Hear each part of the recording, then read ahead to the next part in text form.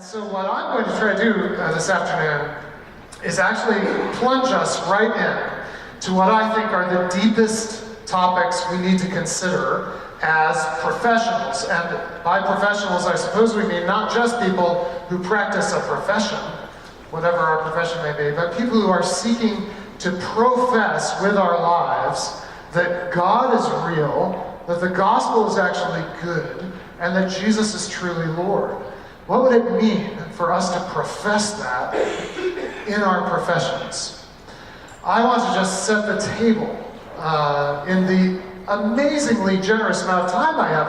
I've still got 35 minutes left. To you, it seems like I've been going on for quite a while. But imagine how long it's going to be. This is so awesome. Usually when I have a clock, I'm at a conference called Q, where you only get 18 minutes, and that goes by very fast for the speaker, although still very slowly for the audience. But today, I've got quite a bit of time, and I hope I'll use it well by taking us very deeply into four plus one central themes that I think all of us need to be asking questions about in every part of the world that we work in. Now, the wonderful thing about this afternoon is it is going to be, and it's going to become, I think, very practical and very specific as we hear from specific people in specific places. The next person who will speak after me, Michael Bontrager, runs a company and has to embody all this in a very specific way every day in his workplace. But I am going to begin with some theological and philosophical background. So I just plead for you to stick with me. If you're a more practical type person, it may seem a little 30,000 foot, but over the course of the afternoon, hopefully we'll find that these ideas actually do play themselves out in very real ways in our leadership. A few years ago, I began to feel that we were missing a Christian way to talk about really two things. Culture, and then I started to think what we really needed to talk about was power. Now, Jubilee, if you've been part of Jubilee, you're very much on the advanced track on both of these topics. In the church at large, we have lacked ways to speak clearly about how the Bible addresses our role in culture, that is, our part in what every human being is doing, making something of the world every day. And I find we've often lacked ways to talk about one of the most fundamental realities of culture, which is that culture gives us power. Culture gives us the ability to act in the world. If we did not have culture, we would not have power. And you experience this when the ice storm is approaching your region and people start to talk about losing power, which happened to about 900,000 people, I guess, across the South this week. Happened in my neck of the woods in Philadelphia just last week. And why do we have all of this apparatus around us, these lights, this amplification, the warm room that we're in? Well, of course, because human beings have created culture. Human beings have actually shaped the world in such a way that we have access to literal electrical power, but what that gives us is the power to act and make choices in the world that we could not make if you took that culture away. If you took us out of culture, if you took us out of this human story and put us out in the wilderness somewhere, most of us in this room would be in a lot of trouble. There are a few outward bound types in the room, you know who you are, but I will just say for me, just the thought of surviving without showers is very hard for me to imagine, without a hot shower. Here at the West End, it pours down this waterfall of warm water on you every morning. And as I soak under that shower, we don't have that at my house, but so I come to the West End, I experience this culture of showering, and I experience this sort of growing sense of agency in the world. I can actually do something today. I'm going to be so gloriously clean today. Culture gives us that sense that I can do something in the world. And it provides the kind of scaffolding, the infrastructure, often invisible, that allows us to gather in rooms like this, not have to worry for the moment about heating or lights. Hopefully the power will stay on this afternoon. And ask deeper questions. What is it to be a human being? What am I supposed to make? What am I supposed to do? And I started to feel like we as Christians had very little ways to talk about this reality that power is all around us. It's present in this room. It's present in the fact that for the moment I'm standing elevated on a stage. I'm standing while you're sitting. I'm elevated, you're lower. I'm given this little thing I call the wireless headset of authority that allows me to project my voice to the very back of the room and even to speak very quietly and intimately and be heard. Or as I find speakers tend to do, to speak to you as if I were addressing a 2-year-old. And somehow that actually seems to work in public speaking in a way that would never work face to face. So we have all these conventions that for a few minutes give me power, and for the moment you hold on to your power. You don't generally stand up, interrupt, try to take the mic. What's happening in these situations, not just where we all share some power, we are all benefiting from the lights and the heat, but some are given more power than others. Here's what I want to try to persuade you of, or at least introduce this idea, that maybe the reason we're given power is for flourishing. I want to propose, as we begin, that the purpose of power, the reason that culture gives some of us professional roles, like the roles we have, which is, by the way, just a way of saying power. If you say I'm a professional, you are asserting a kind of power. The reason we are given power is for flourishing. This is not what we tend to think. I finished writing a book about power this past year, and when I told people I was working on a book about power, there is one aphorism, one phrase that they quoted to me more often than anything else, and I bet you can guess what it was. They said, it's amazing how often I heard this in the 4 years I was writing the book. I would say, I'm writing a book on power, and people would say back to me, do you know what they said? Power corrupts, and we all, isn't it amazing we all know that? That aphorism of Lord Acton's, he actually wrote, power tends to corrupt. But then he said, and absolute power corrupts absolutely. In other words, he took out the tens. When you get to absolute power, Lord Acton thought, you now are in the realm of absolute corruption. Isn't it amazing that that's what we think of when we think of power? We think of corruption. We think of the way that power has gone wrong. All the ways that it can be used to distort humanity, because all of us have been on the receiving end of corrupted power in one way or another. Some of us in very dramatic ways, some of us in deeply systemic ways, others of us in incidental and relatively minor ways. None of us has made it to the age we all are without experiencing the corruption of power. But I want to propose to you that we can falsify the strongest form of Lord Acton's dictum. That we actually have evidence that in fact absolute power, even absolute power, or at least very, very great power, does not absolutely necessarily completely corrupt. And that's because all of us, in one way or another, had parents. And all of us were once a baby. Everyone in this room was once an infant. Paul and Jessica, Paul will be up here later, they have their 9-month-old with them. I forgot her name. Tell me her name. Anna. Anna's here with them, and I think right now Anna has stepped out, as babies do, and her mother has taken her for the moment. When you're a 9-month-old baby, even 9-month-old, let alone 9-day-old, who has power in your life? Your parents. How much power do they have? Pretty much absolute power. Certainly from the baby's point of view.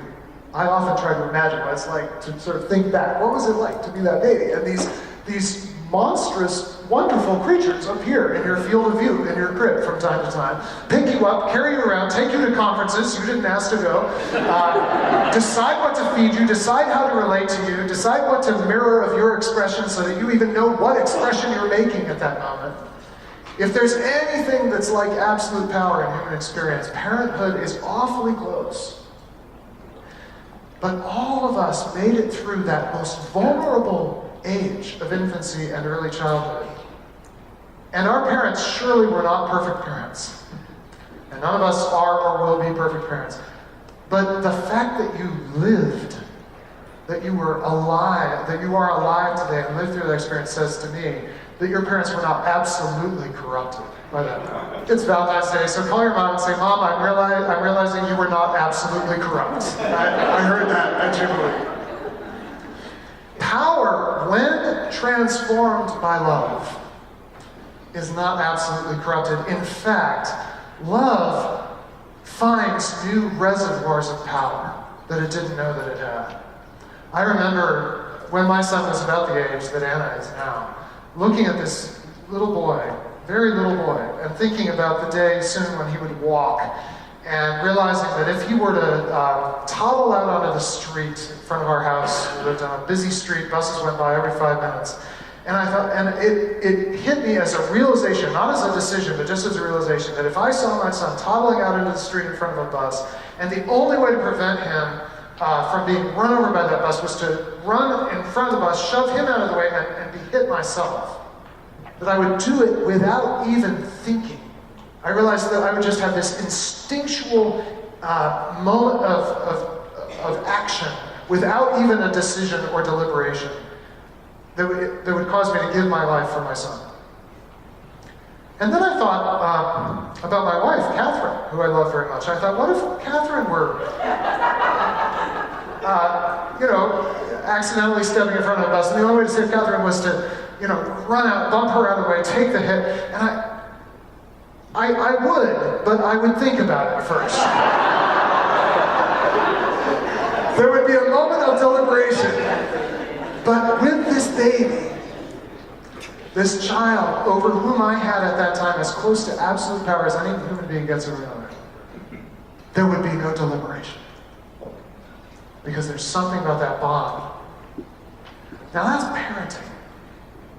Is it? And think about what happens when parents love their children that way, when they use their power rightly in their children's lives. Again, none of us had perfect parents, none of us are perfect parents, and yet, isn't the fact that we are here flourishing in the ways that we are because others, starting with whoever played that parental role, it might have been a grandmother, it might have been an aunt or uncle, it might have been foster parents in your life, but whoever played that role invested their power in your life in such a way that you were able to grow. You were protected from certain things, but you were also given the opportunities for certain kinds of risks, certain kinds of possibilities.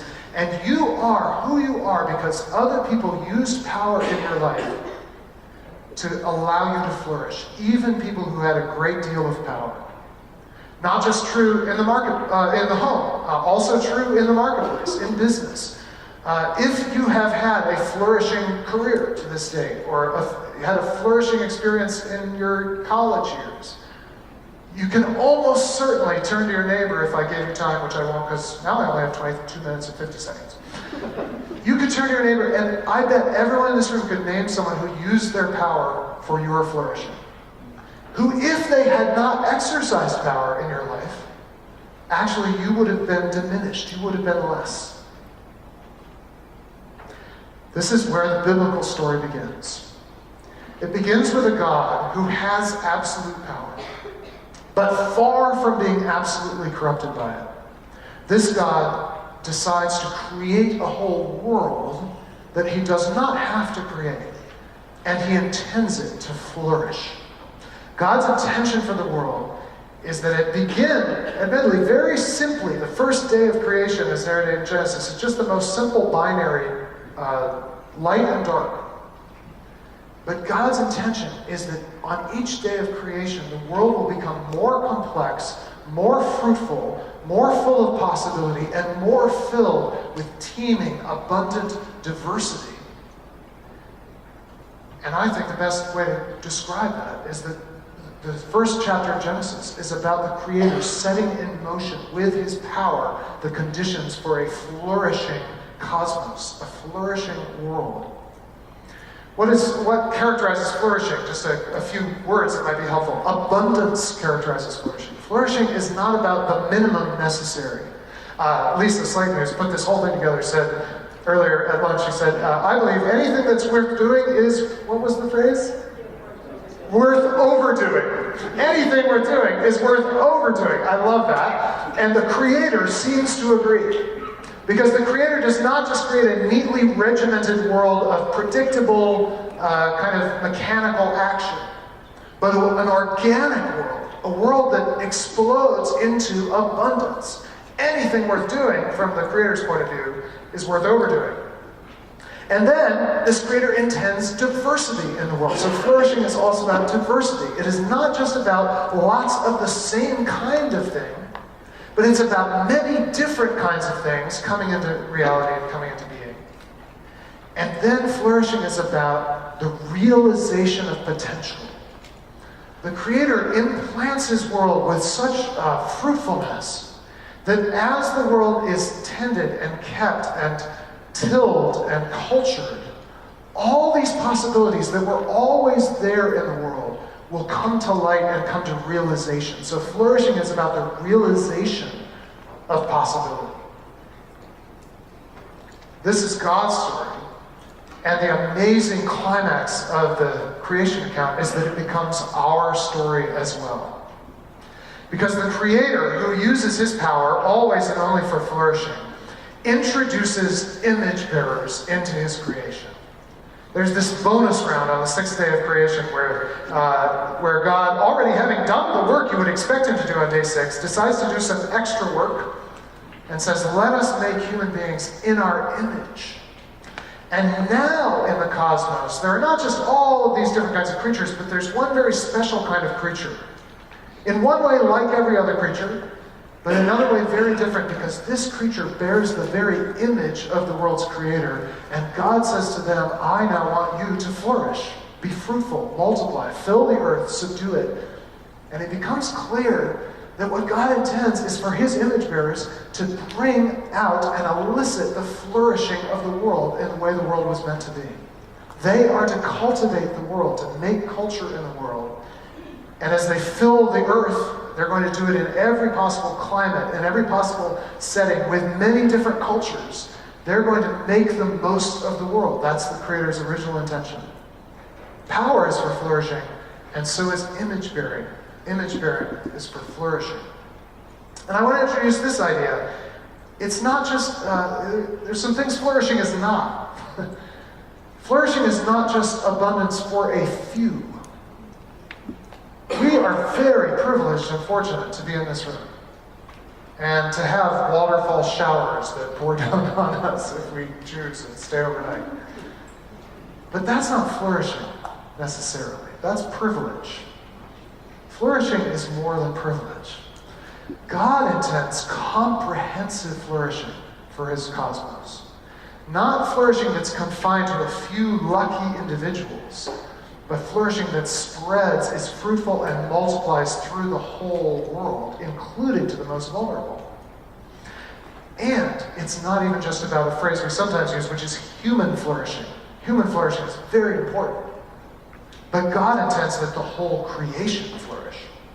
And in fact, Paul says the creation is groaning, waiting for the image bearers to finally be revealed, to actually do what we were meant to do. Because what it was intended for the world is that every part of it, human and non-human, animate and inanimate, be brought to its full realization, that every bit of possibility be unfolded in the world.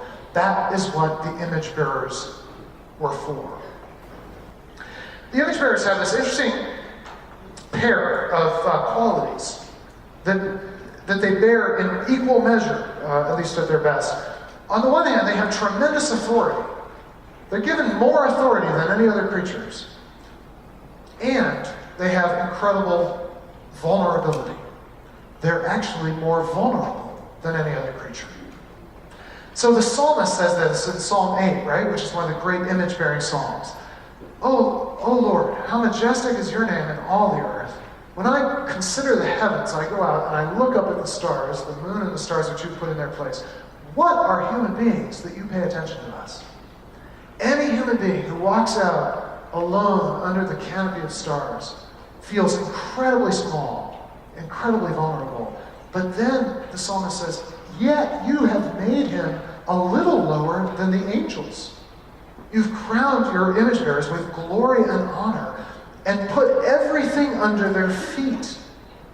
The birds of the air, the fish of the sea, everything that swims through the paths of the sea. That's a statement of extraordinary authority, especially when you think about two things. First of all, this is a pre-modern writer. This is not someone who has access to the kind of technology that could allow us to run trawlers through the sea and just gather up all the fish and serve them at the fish market downstairs. Nor can he shoot birds reliably out of the sky, or fly like a bird and look down at the birds like you can from an airplane. This is just an ordinary pre-technological human being, and yet he's saying God, in some sense, has put all these other creatures under our feet, has given us responsibility for them. Human beings have a sense of responsibility and authority in the world for other creatures that the other creatures do not have, and that they certainly don't have for us. No other creature looks at... I think about this when I look at the squirrels in my backyard. There are these dogs in the movie Up who have been very well trained, except when they see a squirrel, and then everything stops, and they just go, squirrel! And I find I'm more like those dogs than I'd like to admit, because I'm absolutely fascinated by the squirrels in my backyard, and I often find myself just watching them through the window that looks out at the backyard, watching what they're doing, and hoping they're doing okay. I find myself worried that they haven't set aside enough food. I look at them and I think, are you going to remember where you're taking that nut? I don't think so. I have this kind of innate sense of wanting those creatures to thrive, which they do not have for me. The squirrels never look back at me and say, are you saving for retirement? They actually seem to take no interest in me at all. But human beings, especially actually children, human beings that they're most kind of awake and alert before they're kind of constricted by adulthood, they pay so much attention to the other creatures because we've been given authority over the other creatures. At the same time, the image bearers are more vulnerable than any creature. We require clothing just to survive. We require culture just to survive. The squirrels are going to make it, actually. It's me that I should be concerned about. It's my own culture, my own society that I should be concerned about. It's my fellow human beings. Because while every other creature in the world fits perfectly into some particular ecological niche, where it's well-suited, can find food, can stave off predators, has found some kind of equilibrium and can act. Human beings, while we can survive anywhere, we don't really fit anywhere either. And the Bible has another way of expressing this vulnerability. It says that the man and the woman in the garden were naked. And there's no other creature of which we say, they're naked. No other creature is naked except the image bearers. You don't look at a baby squirrel and say, oh my goodness, that squirrel has nothing on. And yet human beings are born, think about this as well, every other creature pretty much as soon as it's born is capable of acting in its world, has the power it needs to act in its world. Human beings are incredibly vulnerable and dependent for years after we're born. More authority than any other creature and more vulnerability. And this is what it means to bear the image of God, to have both authority and vulnerability. This creates a kind of instability, a kind of temptation, you might say, because it's a painful, risky thing to have that much authority, but also have so much vulnerability. So, what if I could give you something to set your gaze on, to set your mind on, to fix your affections on, that would promise you more and more authority and less vulnerability? What if I could promise you, actually, that you can have all that authority you are meant to have as an image bearer, but not have any of that dangerous, risky vulnerability? And this is exactly what happens to the image bearers. They're uncomfortable with that dependence. They're uncomfortable with this kind of tension between authority and vulnerability. And so the biblical way of saying what they do is the image bearers turn to idolatry. And idolatry is the introduction into the world using the raw materials of the good creation cultivated by human beings. But it's the turning of that good creation into false images of God. The world begins to have false images of God that promise all authority and no vulnerability, because every idol basically makes two promises. And these are what they are. Promise number 1, you shall be like God. Promise number 2, you shall not surely die. And these promises, whispered in the ears of the image bearers, first, of course, in the garden, where we first hear these promises uttered on behalf of the fruit, say, you can have all the authority you want, but you will no longer have that vulnerability that makes you so dependent on your Creator and on one another. All authority, no vulnerability. You shall be like God. You shall not surely die. And human beings are so incredibly creative that we are able to hear these promises coming from almost anything. So, what's a vulnerable thing to do as a human being? Well, it's vulnerable to walk into a room full of people you don't know. If you walk into a room like this, if you were an ordinary human being, you feel a little vulnerable.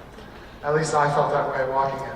Fortunately, they've given me a wireless headset of authority, and that's my idol. Right? What if I could give you something that as you consumed it, would take away that sense of vulnerability with other people, and actually would increase your sense of authority?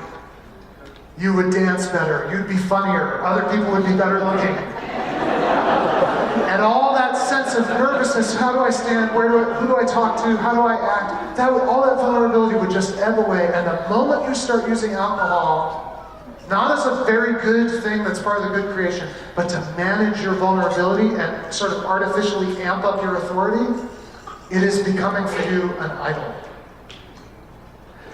And the tragedy of the biblical story is that the image bearers who are meant to bear the image of God in the world turn to these false images. And they hear them saying, you shall be like God. You can go down to the fitness center and find some people who aren't just using the fitness center as a good way of being an embodied creature and keeping that working, but are hearing those weights and machines whisper to them, if you worship me, give me more and more of your time, you shall be like God and you shall not die. Social media. All right? Our world, these are all good things. But what does social media promise me? Essentially, the things I always wanted as a kid. I wanted omniscience about what my friends were saying about me. That divine quality. I wanted to know who liked me. This was the great question of 7th grade. Now I know. Who likes me? Do you know that for 3 or 4 years after Facebook was introduced, it had no way to indicate that its user had died? Because Facebook gives you this kind of timeless, placeless sense of authority in the world. I know who my friends are. They like the stuff I post, right? And it feeds me just enough of that I can easily worship it. I often think events like this would literally fall apart. It might be worse than if the power went out in a way, if we took out all of the products manufactured by this company. It's interesting that one of the most powerful companies of our time uses this as its logo. The bitten fruit, as if to say, it all turned out fine. It did not turn out fine. Steve Jobs, the co-founder of Apple, was an image bearer. He brought flourishing to the world. I depend on the products he made every day. They've helped me flourish. He used his power in many, many ways to create flourishing. He also had an idol. He had an idol. He had something that whispered to him, you shall be like God, you shall not surely die. And it wasn't technology. It wasn't. Steve Jobs had, it seems, a pretty healthy relationship with technology, though he did a good job of making an idol for the rest of us. But in his own life, Steve Jobs did have an idol. And it was food. We only learned this when Walter Isaacson's biography came out after his death. As a young man, as a teenager, Steve Jobs went to an apple farm in Oregon. You cannot make these things up, an apple farm. And during a 2-week trip to that apple farm, he began experimenting with what became a lifelong obsession with raw and fruitarian diets. For 2 weeks, he only ate apples. And he found that when he embraced these extreme diets, it was back in the 60s, people were doing this all the time, I hear, back then, weird, extreme things. So this was Steve's. That when he embraced these extreme diets, he felt an incredible sense of control and mastery, not just over his own life, but over other people. And Walter Isaacson, his biographer, says that Steve Jobs eventually developed what we would properly call an eating disorder, which is to say, he used food to control his environment, to feel like God, and to stave off vulnerability. And his whole life, he gave into this in various ways. He would storm out of restaurants when the meal wasn't quite right. He would disrupt meals with his family because the food wasn't what he wanted. He was incredibly controlling around food. In October of 2003, if I remember the date correctly, early in the 2000s, Steve Jobs went into kind of a typical checkup, and his doctors found a very troubling sign, and they did some further tests, and they came in, and they said, you have pancreatic cancer, but we have incredibly good news for you. You have the one kind of pancreatic cancer that is curable. It's islet cell pancreatic cancer. And there's a very simple, not easy, but simple procedure called the Whipple procedure. We can remove the cancerous part of your pancreas, and we have every expectation you can live a long life. Steve Jobs walked out of that examining room, having heard that diagnosis, and for a year tried to treat his cancer with diet, with food. Over against this is all in Isaacson's biography, over against the protests of his family and his closest friends, refused the treatment the doctors offered, and tried to control it with his idol. And by the time a year later they finally gave in, the cancer had spread to other parts of his body. He was never again free from it. And in 2011, he died far too early, robbing not just a company of an incredible leader, but a family of a father. And this is the thing about idols. They don't really love you, and they're not going to deliver what they promise. But the world has become full of idols. And people who should have been image bearers become given over to the grip of idols. What idols, created things that make ultimate promises, have the greatest power where you live and work? Idols are false images. There's one other form of false image bearing that we should name, and that's injustice. The world is not just full of things that promise to give some people all authority and no vulnerability. It's actually full of people who take for themselves all authority and no vulnerability, and take on no vulnerability. This is false leadership. True leadership is both authoritative and vulnerable, both willing to exercise power and willing to be exposed to risk. But false leadership and false power is all about maximizing my authority and minimizing my vulnerability. And what always happens is that some people end up with a great deal of authority and very little vulnerability, while others become almost all vulnerability and no authority. And the effect of injustice in the world, in the places where we work, in the societies where we live, is that a few people get to experience this godlike, almost immortal quality of untrammeled absolute power. This is the power that does corrupt, the power that will not be vulnerable. And others in that same setting find themselves almost completely exposed to the worst the world can do, with no capacity for action, agency, or authority in their world. It's a kind of God playing. The powerful play God, not in the sense of bringing flourishing, but in the sense of causing their own godlikeness to temporarily increase and others to decrease. Who has played God where you live and work? Not the true God, not brought flourishing, but brought a kind of distortion of authority and vulnerability. What God have they played, and who, in the wake of their God playing, has lost the image, the ability to bear the image? The beautiful good news is that the image has been restored. The true image came into the world. The word we use in English for a true image is an icon. An idol is a false image, an untrustworthy image. An icon is a true image. And the icon of the invisible God, the image of the invisible God came. His name was Jesus. He was the true image bearer. Everywhere he went, flourishing happened. Everywhere he went, the image was restored. People were restored to their capacity to make something of the world. And he was more authority than any human being had ever seen, but he also embraced more vulnerability than we ever imagined. He was pure authority, pure vulnerability, the true image. And he now sends us out to restore the image in the world. We who are remade by him now go out into the world. We exercise our power with vulnerability in such a way that everywhere we go, if we are animated by his Spirit and living his life, once again, human beings and all of creation can flourish.